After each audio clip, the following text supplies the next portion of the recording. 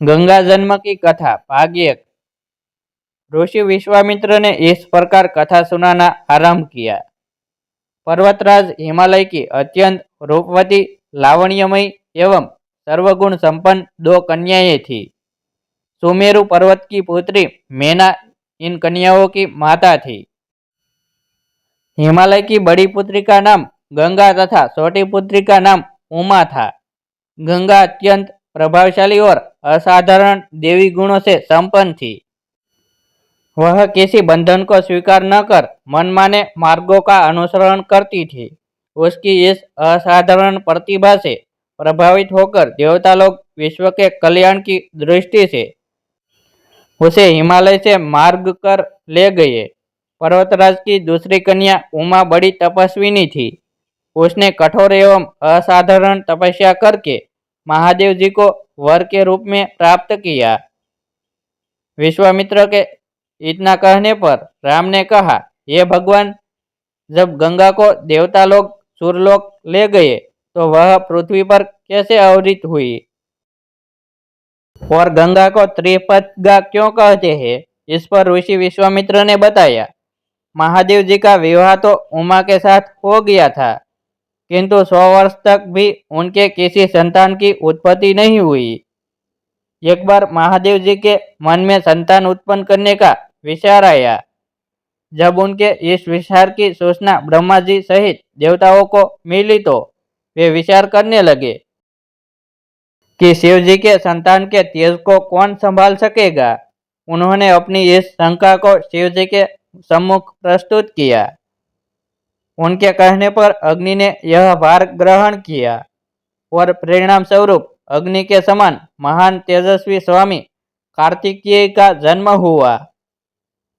देवताओं के इस षड्यंत्र से उमा के संतान होने में बाधा पड़ी तो उन्होंने क्रोधित होकर देवताओं को श्राप दे दिया कि भविष्य में वे कभी पिता नहीं बन सकेंगे। इस बीच सूर्यलोक में विचरण करती हुई गंगा से उमा की भेंट हुई। गंगा ने उमा से कहा कि मुझे सूर्यलोक में विचरण करे हुए बहुत दिन हो गए हैं। मेरी इच्छा है कि मैं अपनी मातृभूमि पृथ्वी पर विचरण करूं। उमा ने गंगा को आश्वासन दिया कि वे इसके लिए कोई प्रबंध करने का प्रयत्न करेगी। वत्स राम, तुम्हारी ही अयोध्यापुरी में सगर नाम के एक राजा थे। उनके कोई पुत्र नहीं था। सगर की पटरानी केशिनी विदर्भ प्रांत के राजा की पुत्री थी। केशिनी सुंदर, धर्मात्मा और सत्यपरायण थी। सगर की दूसरी रानी का नाम सुमिति था, जो राजा अरिष्ट नेमि की कन्या थी। दोनों रानियों को लेकर महाराज सगर हिमालय के भृगु प्रस्रवण नामक प्रांत में जाकर पुत्र प्राप्ति के लिए तपस्या करने लगे। उनकी तपस्या से प्रसन्न होकर महर्षि भृगु ने उन्हें वर दिया कि तुम्हें बहुत से पुत्रों की प्राप्ति होगी। दोनों रानियों में से एक का केवल एक ही पुत्र होगा, जो कि वंश को बढ़ाएगा, और दूसरी के 60,000 पुत्र होंगे। कौन सी रानी कितने पुत्र चाहती है, इसका निर्णय वे स्वयं आपस में मिलकर कर ले। केशिनी ने वंश को बढ़ाने वाले एक पुत्र की कामना की और गरुड़ की बहन सुमिति ने 60,000 बलवान पुत्रों की। उचित समय पर रानी केशिनी ने असमंजस नामक पुत्र को जन्म दिया। रानी सुमिति के गर्भ से एक तुम्बा निकल, जिसे फोड़ने पर छोटे छोटे 60,000 पुत्र निकले। उन सब का पालन पोषण घी के घड़ों में रख कर किया गया। कालचक्र बीतता गया और सभी राजकुमार युवा हो गए। सगर का ज्येष्ठ पुत्र असमंजस बड़ा दुराचारी था और उसे नगर के बालकों को सरयू नदी में फेंक कर उन्हें डूबते हुए देखने में बड़ा आनंद आता था। इस दुराचारी पुत्र से दुखी होकर सगर ने उसे अपने राज्य से निर्वासित कर दिया। असमंजस के अंशुमान नाम का एक पुत्र था। अंशुमान अत्यंत सदाचारी और पराक्रमी था। एक दिन राजा सगर के मन में अश्वमेध यज्ञ करवाने का विचार आया। शीघ्र ही उन्होंने अपने इस विचार को कार्य रूप में परिणित कर दिया।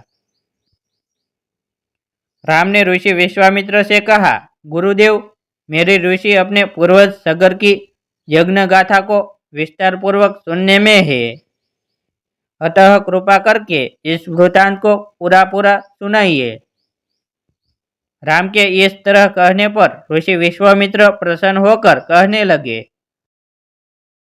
राजा सागर ने हिमालय एवं विंध्याचल के बीच की हरी भरी भूमि पर एक विशाल यज्ञ मंडप का निर्माण करवाया।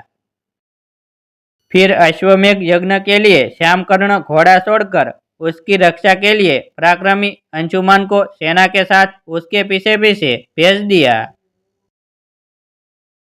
यज्ञ की संभावित सफलता के परिणाम की आशंका से भयभीत होकर इंद्र ने एक राक्षस का रूप धारण करके उस घोड़े को चुरा लिया। घोड़े की चोरी की सूचना पाकर सगर ने अपने 60,000 पुत्रों को आदेश दिया कि घोड़ा चुराने वाले को पकड़कर या मारकर घोड़ा वापस लाओ। पूरी पृथ्वी में खोजने पर भी जब घोड़ा नहीं मिला तो इस आशंका से कि किसी ने घोड़े को तहखाने में न छुपा रखा हो, सागर के पुत्रों ने संपूर्ण पृथ्वी को खोजना आरंभ कर दिया। उनके इस कार्य से असंख्य भूमितल निवासी प्राणी मारे गए। खोदते खोदते वे पाताल तक जा पहुंचे। उनके इस नृशंस कृत्य की देवताओं ने ब्रह्मा जी से शिकायत की तो ब्रह्मा जी ने कहा कि यह राजकुमार क्रोध एवं मन में अंधे होकर ऐसा कर रहे हैं। पृथ्वी की रक्षा कर दायित्व कपिल पर है, इसलिए वे इस विषय में कुछ न कुछ अवश्य करेंगे। पूरी पृथ्वी को खोदने के बाद भी जब घोड़ा और उसको चुराने वाला चोर नहीं मिला तो निराश होकर राजकुमारों ने इसकी सूचना अपने पिता को दी। रुष्ट होकर सगर ने आदेश दिया कि घोड़े को पाताल में जाकर ढूंढो। पाताल में घोड़े को खोजते खोजते वे सनातन वसुदेव कपिल के आश्रम में पहुंच गए। उन्होंने देखा कपिल देव आंखें बंद किए बैठे हैं और उन्हीं के पास यज्ञ का वह घोड़ा बंधा हुआ है। उन्होंने कपिल मुनि को घोड़े का चोर समझकर उनके लिए अनेक दुर्वचन कहे और उन्हें मारने के लिए दौड़े।